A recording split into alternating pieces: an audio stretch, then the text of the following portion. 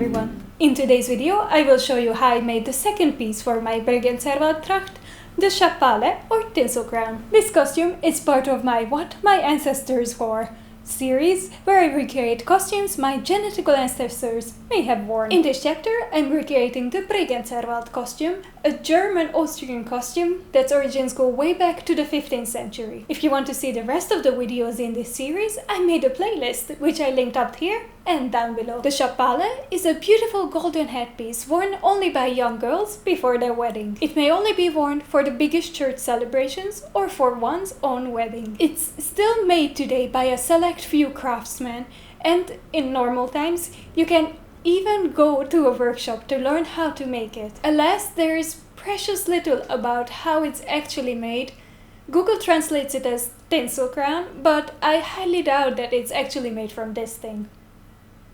So I started with the one thing I was pretty confident in how it was made, the embroidered base. I used the museum piece as my inspiration and traced it over in Illustrator.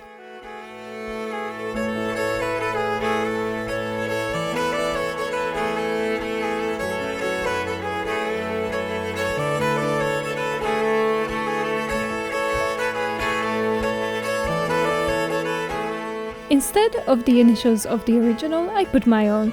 Then I transferred it to PE to create the stitching program.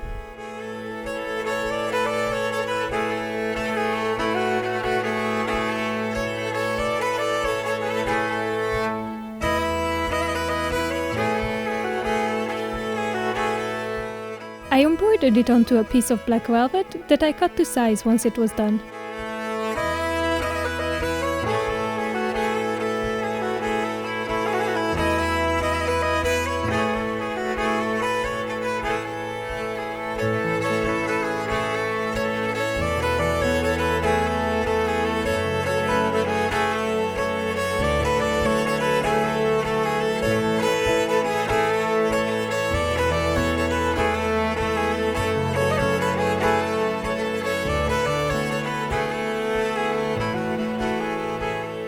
I made the base using a piece of cardboard that I cut parallel grooves into, so it would curve more smoothly. I used my spare head to figure out the size of it, then I glued it together.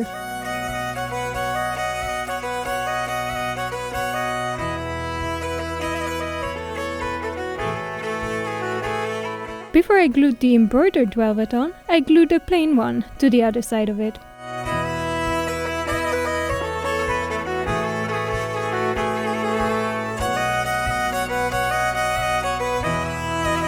Then I overlapped it with the embroidered piece, folding the edges under the gold trim. I also folded the selvage edges to the interior of the base.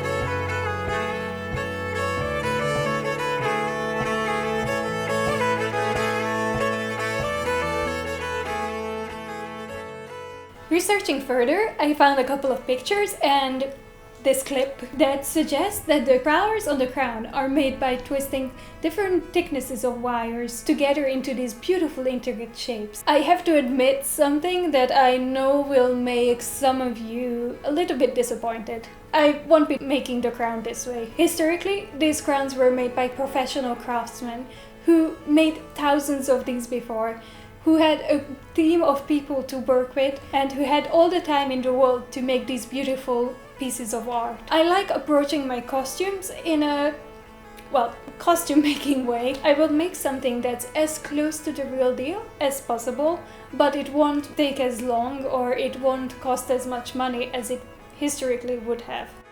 To create these oblong pieces that undoubtedly support most of the flowers around them, I decided on 3D printing. So the first step was to 3D model these, which I did using Rhino.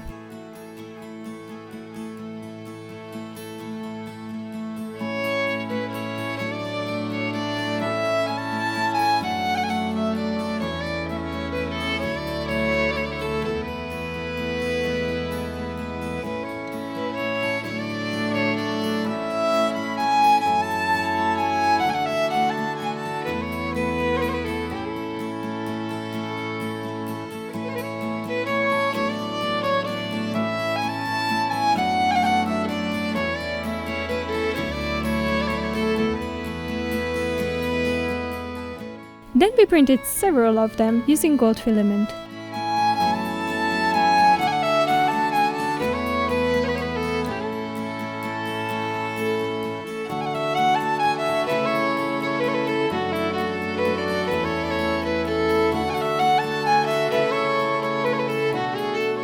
Fortunately, I had some really nice antique gold sequins in my stash that I took off a thrifted top once, so I glued them on for some more interest and sparkle.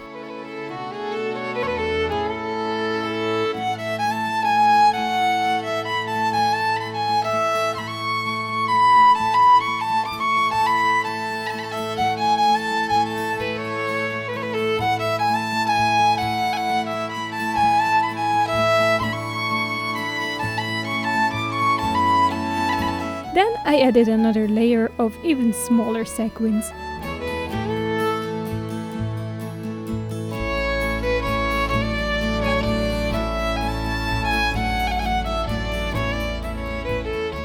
I attached these pieces to the base with the help of a wire I glued into the channel I modeled exactly for this reason.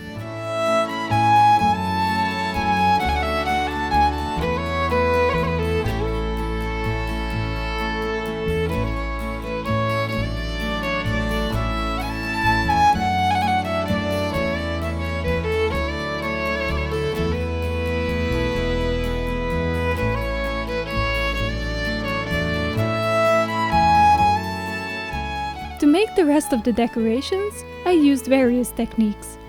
I made a handful of flowers of varying sizes by embroidering them onto dissolvable stabilizer fabric.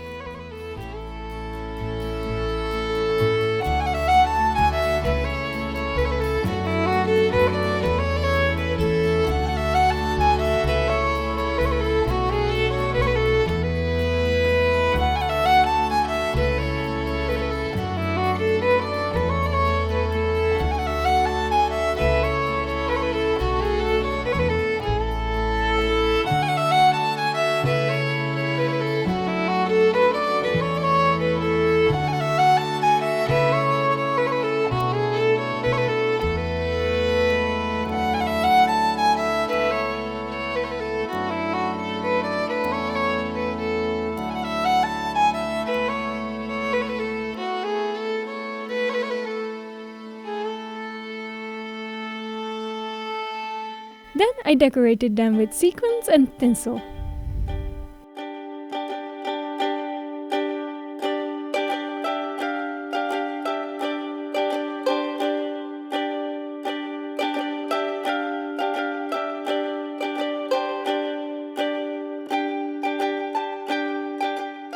I needed something to support the flowers in between the printed pieces, so I used a golden cord that I inserted a wire into, shaped into a similar oblong form.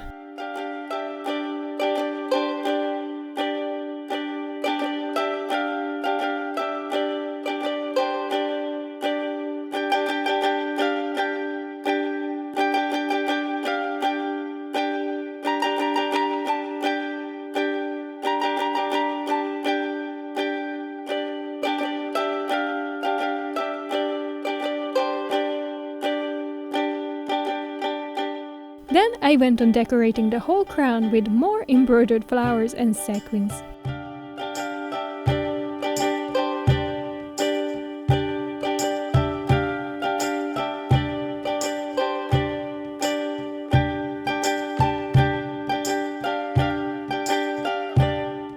To give it more sparkle and dimension, I glued a golden cord around the edges of the printed parts. I also made quite a few wire flowers by wrapping my golden wire around the brush handle 6 to 8 times, then flattening the resulting spring and separating the hoops into a flower shape.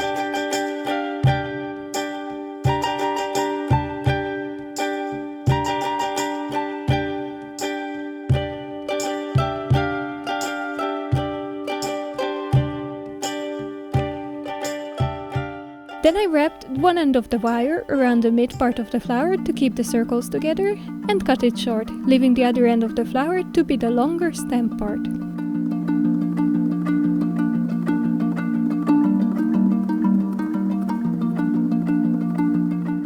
I made a lot of these. Then I used the stem to connect the flower to the crown.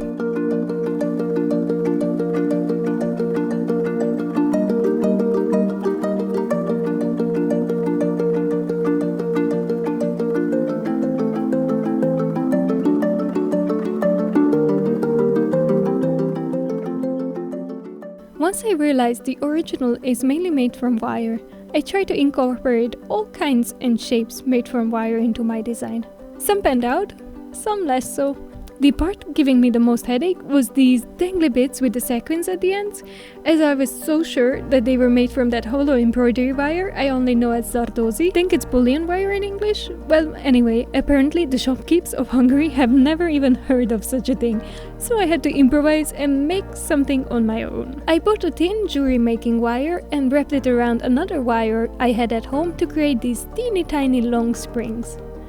I cut the wire into smaller pieces and hooked sequins to their ends.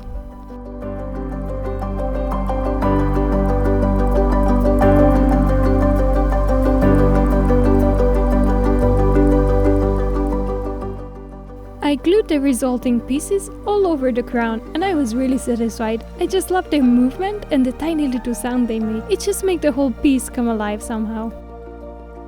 Then I just decorated and decorated and decorated until every single square centimeter of the crown was crowded with sequins and flowers and wires and everything. Once I was happy with how it looked, I went about hiding the ugly gluing spots from behind using some of my last bits of bigger sequins.